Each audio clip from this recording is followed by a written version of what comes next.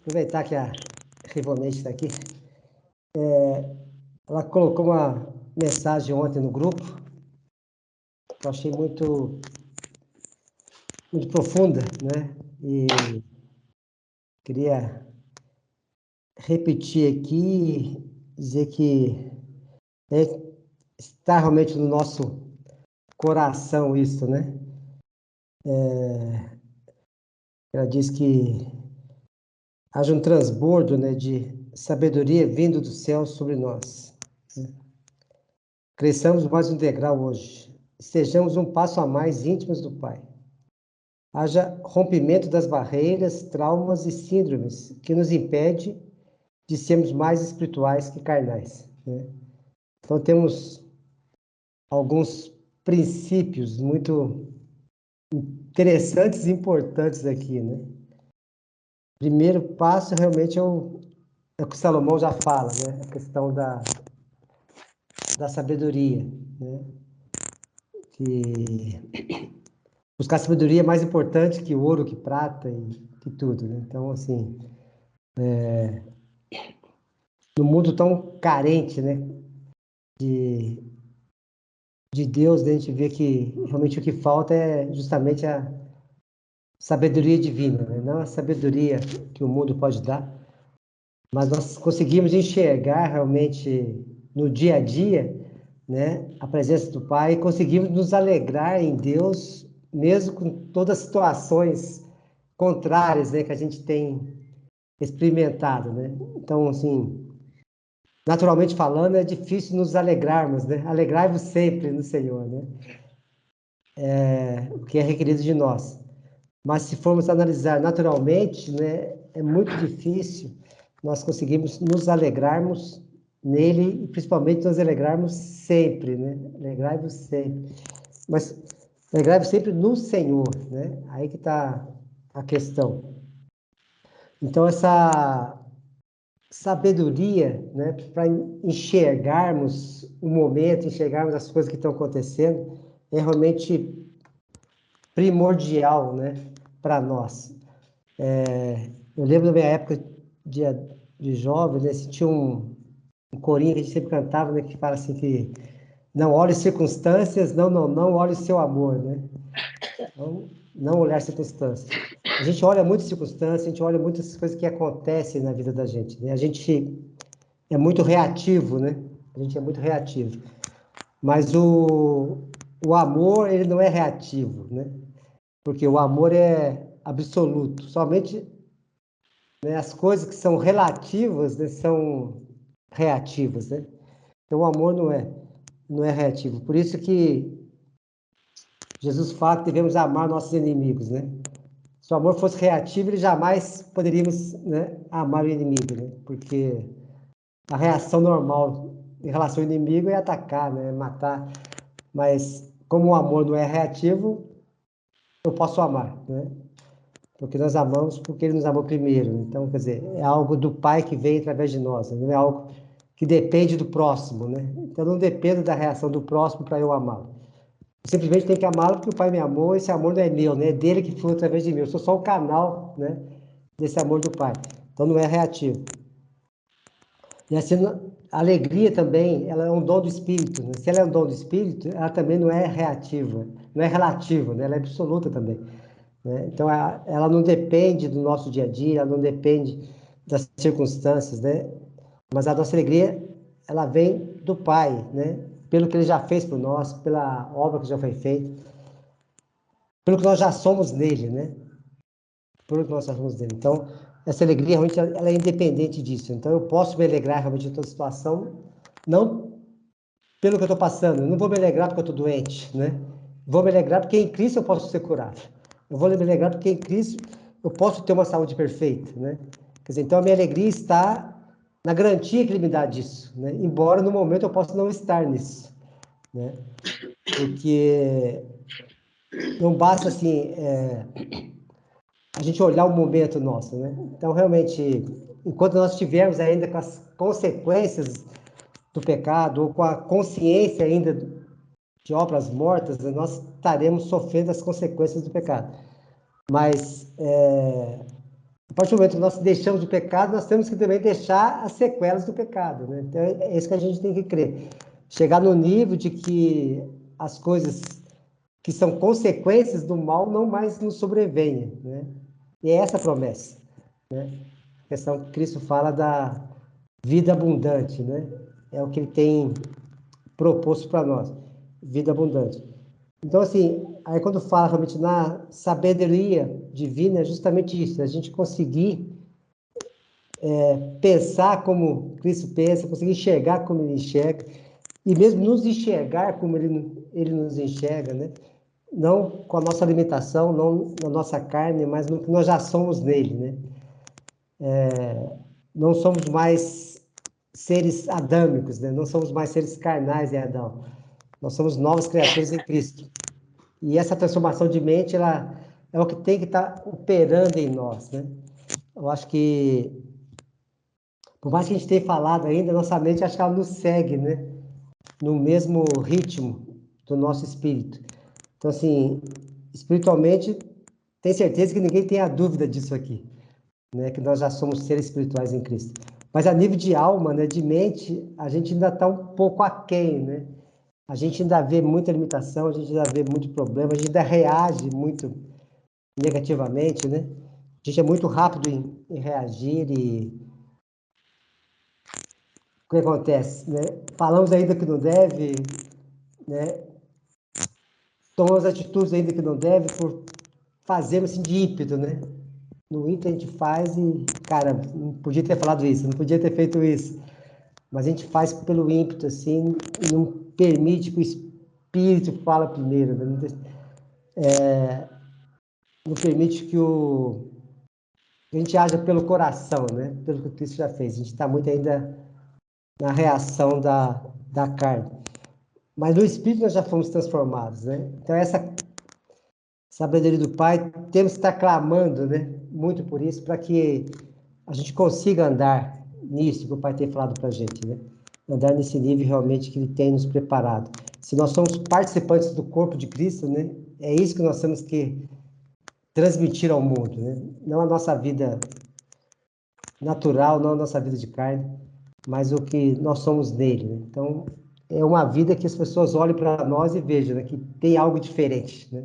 Nem precisamos falar nada, a própria vida nossa tem que demonstrar isso, né? Mas reconheço que é um processo, né? É um processo. Mas, acima de tudo, a nossa oração tem que ser justamente o que a Revonete falou, isso, né? Cresçamos mais um degrau hoje, né? Estejamos mais um passo íntimos do Pai, né? Eu acho que essa segunda parte ajuda na primeira, né? Então, como que eu vou ter essa sabedoria do Pai? É justamente isso, né? A cada dia eu tenho que crer nesse degrauzinho a mais aí, né? Eu subir um pouco mais e, como isso, sendo mais íntimos dele, né? Queremos ter mais tempo na presença dele, queremos mais tempo buscando a direção dele. E acho que quanto mais nele a gente for, mais a gente vai aprender a ouvir dele, né? Realmente os ensinamentos e aquilo que tem falado para nós, né? Quando ele fala, né, aquietai-vos e sabei que eu sou Deus, né? Acho que tem muito disso aqui, né? É difícil a gente aprender a parar, né? E a não fazer nada, né? Saber simplesmente aquietar, né? Que tem um livro, né? Que é mais ou menos isso, que fala não lembro bem o nome do livro, mas é tipo assim, a sabedoria do ócio, a grandeza do ócio, eu não sei, eu não lembro direito. Mas é justamente assim, você aprender a não fazer nada, né? Ter momentos de não fazer nada, mas justamente que aquele momento de introspecção, você se sentar em algum lugar quieto, sem televisão, sem celular, sem nada, e você aprender a ficar ali, né? E se desligar do dia a dia, se desligar de tudo, e simplesmente chegar na presença do Pai e se alegrar de estar ali, mesmo sem fazer nada, assim. Pai, eu quero só estar na tua presença, né? Como um filho deita no colo do pai e fica, né? Não precisa falar nada, só ficar deitado ali no colo do pai, né? Simplesmente ali, parado, ouvindo, né? Mesmo que os dois não falem nada, tá junto, né? Curtindo o momento. Acho que é uma coisa que a gente tem que estar aprendendo, assim, descansar nele, né? O mesmo problema, toda agitação, a gente conseguir simplesmente se aquietar, né? E saber, pai, eu não sei o que fazer, mas eu estou aqui, né? Descanso em ti, eu espero em ti, eu sei que tu tens a solução, mas acima de tudo eu quero entender, né, o que está se passando, né? É a questão da maturidade, né, do filho ruiós, né, o filho maduro. A gente saber realmente interpretar as circunstâncias, né? Tem um salmo que fala que devemos aprender a contar os nossos dias, né? A gente conseguir enxergar nos dias que a gente está, né? Para que serve cada situação, para que serve cada circunstância que está acontecendo, né? A Bíblia fala que Jesus aprendeu a obediência pelas coisas que sofreu, né? Poxa, ele era filho de Deus, né? Ele, ele não podia ter aprendido sem sofrer, né? Por que ele teve que sofrer para aprender? Parece que não tem muita lógica, né? Se ele era filho, se ele tinha consciência plena de quem ele era, se ele tinha consciência plena do Pai, né? Por que ele teve que sofrer para aprender, né? Acho que principalmente porque ele veio em natureza humana, né? Ele não veio como Deus, ele se esvaziou. E como homem, né, ele teria que aprender a, a agir positivamente tendo uma carne negativa, né? Quer dizer, então, acho que esse sofrimento foi justamente isso, né? Em espírito ele sabia quem ele era, mas ele tinha um corpo ainda que era tendencioso para o mal. E ele teve que aprender a isso. Então, ele teve que aprender a negar a si mesmo, né? A negar a sua carne, a negar os seus desejos. E isso aí, com certeza, é um desafio, né? É muito difícil a gente abrir mão daquilo que a gente gosta, né? Mas quando a gente aprende a, vamos pôr assim, a dominar nossos desejos ou a direcionar os nossos desejos, fica mais fácil. Por exemplo, um exemplo simples, né? Café sem açúcar, né? Pouca gente gosta de café sem açúcar. É tão bom o cafezinho, né? Quentinho, docinho e tal, né? Então, assim, toma café sem açúcar, né? Bom para a saúde e tal, tal. Ah, não, mas é muito ruim, eu vou perder o prazer de tomar café por causa da saúde. Mas quando você aprende a tratar isso, né, e consegue realmente entender que o sabor do café ele vai ser muito melhor sem o açúcar, você começa a desenvolver isso em você. Aí quando você aprende, você vai ver que o prazer de tomar um café sem açúcar vai ser muito maior do que o prazer que você tinha com açúcar. Né? E quando você toma um café com açúcar, já, já não é tão bom, você já não sente mais aquele gosto gostoso. E quando você já toma sem açúcar, você passa a sentir aquele aroma, aquele sabor, aquela, né? Realmente é o que ele é na sua essência, né? Então passa a ser realmente algo no nível muito maior. Mas para eu chegar nesse nível, eu tive que abrir mão desse outro, né? Eu tive que abrir mão. E, e assim, em todo caso, né, que a gente tem vivido. Muitas vezes a gente acha que está abrindo mão de algo bom, né? E está perdendo alguma coisa, mas quando você consegue passar por isso, você verifica que você não perdeu, você ganhou, né? Você subiu o nível, você subiu o nível. Então, quando a gente aprende que o que o Pai tem proposto para nós é muito melhor do que o nosso desejo, acha que é bom, né? A gente vai ver quão melhor é estarmos nesse nível que o Pai tem preparado para nós, né? Então, nós abrirmos mão, nós negarmos a nós mesmos, embora seja difícil, né? A gente vai ver que isso aí é para mudarmos de nível, é para entrarmos em algo muito melhor. Então eu vou abrir mão não porque é ruim, eu vou abrir mão porque tem algo melhor, né? É o positivo. Eu simplesmente abrir mão porque é errado, é o aspecto negativo, né? Eu vou abrir mão porque é errado, né? Eu vou abrir mão porque eu vou desagradar a Deus. Quer dizer, é bom fazer isso, é bom, né? Você está tendo consciência que é ruim, você está abrindo mão. Agora, se você abre mão com a consciência, não porque é errado, mas que tem algo muito melhor para você viver, tem algo muito melhor para você desfrutar, é outro nível, né? Eu vou abrir mão do café sem açúcar, café com açúcar, porque o café sem açúcar para mim é muito melhor, né? Então não vai ter peso, tá? Vai ser bom para minha saúde, eu vou ter prazer, vou desfrutar de um verdadeiro sabor de café. Quer dizer, então, é dois níveis, né? Eu abri mão do açúcar porque me faz mal, estou diabético, não posso tomar. É bom, né? Está visando saúde. Mas você abre mão sabendo que é muito melhor, quer dizer, é um outro nível. E assim em todo sentido, né? Se a gente consegue abrir mão dos nossos desejos naturais, com a consciência do que o Pai tem preparado para nós, é muito melhor. Isso vai nos fazer com que a gente seja mais eficientes até, né? A gente mais rápido queira abrir mão, né? Daquilo que tem a aparência do bom, né? Vamos dizer assim. Tem a aparência do bom, mas não é bom. E vamos pensar assim, em termos do mundo hoje, do sistema, né?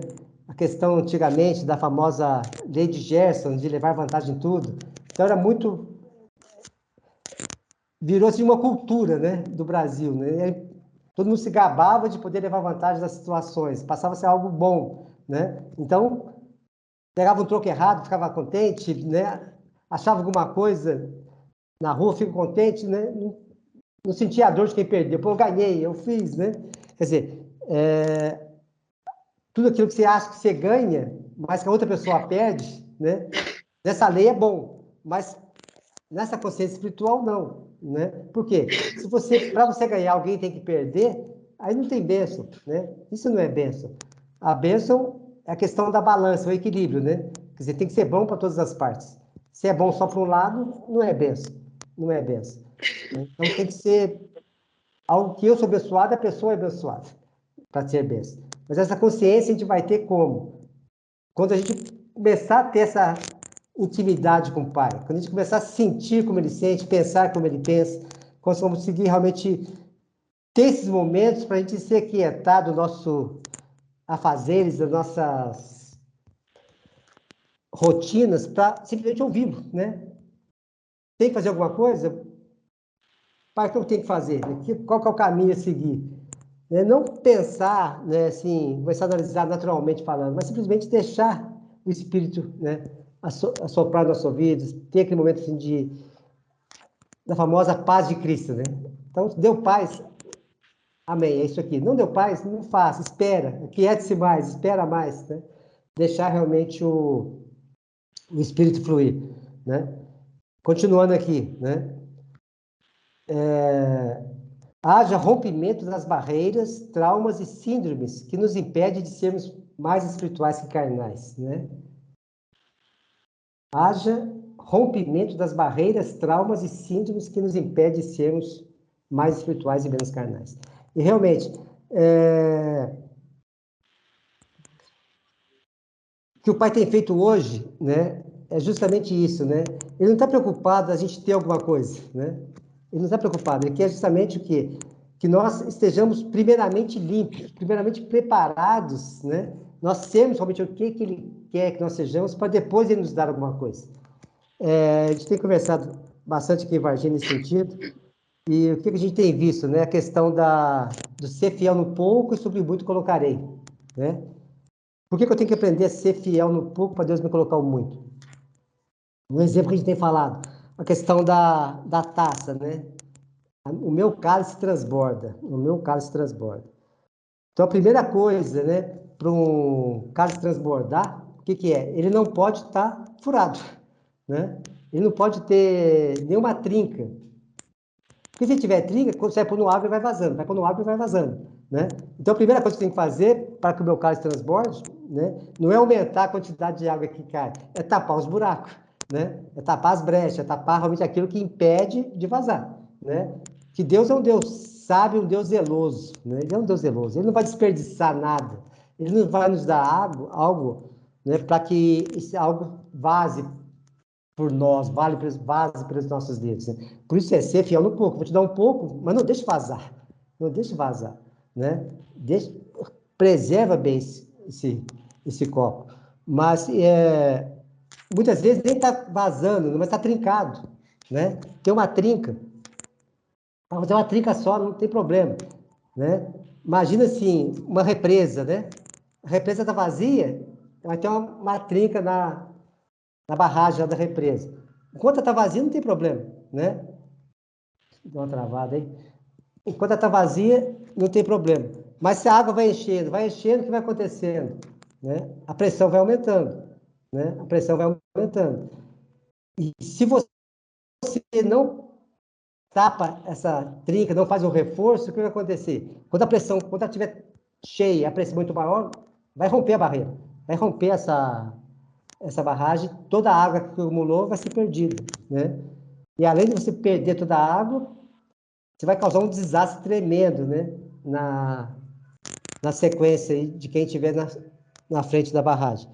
Então, nesse ponto, Deus é zeloso, né? Então, ele não vai permitir isso, né? Ele não vai encher, né, essa represa enquanto tiver trincas, enquanto tiver algo que possa romper essa barreira.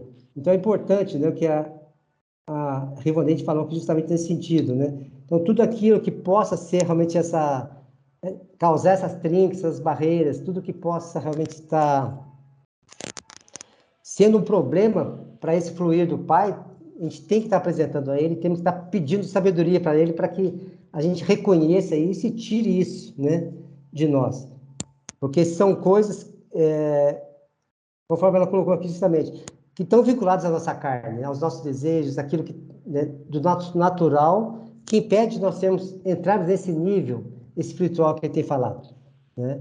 Então, assim, é um grande desafio, né? Nós já falamos, né, algumas reuniões bem para trás a respeito do Baal Peor, né, que é o deus da brecha.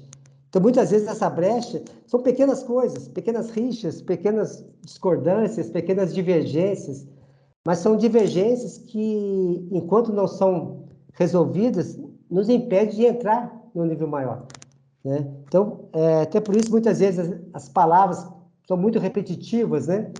Mas por quê? Porque é importante ter esse nivelar, né? É que Paulo fala, né? Até que haja que uma só fé, uma só mente, um só coração, né? Um só batismo. Porque nas mínimas coisas tem que ter coerência, né?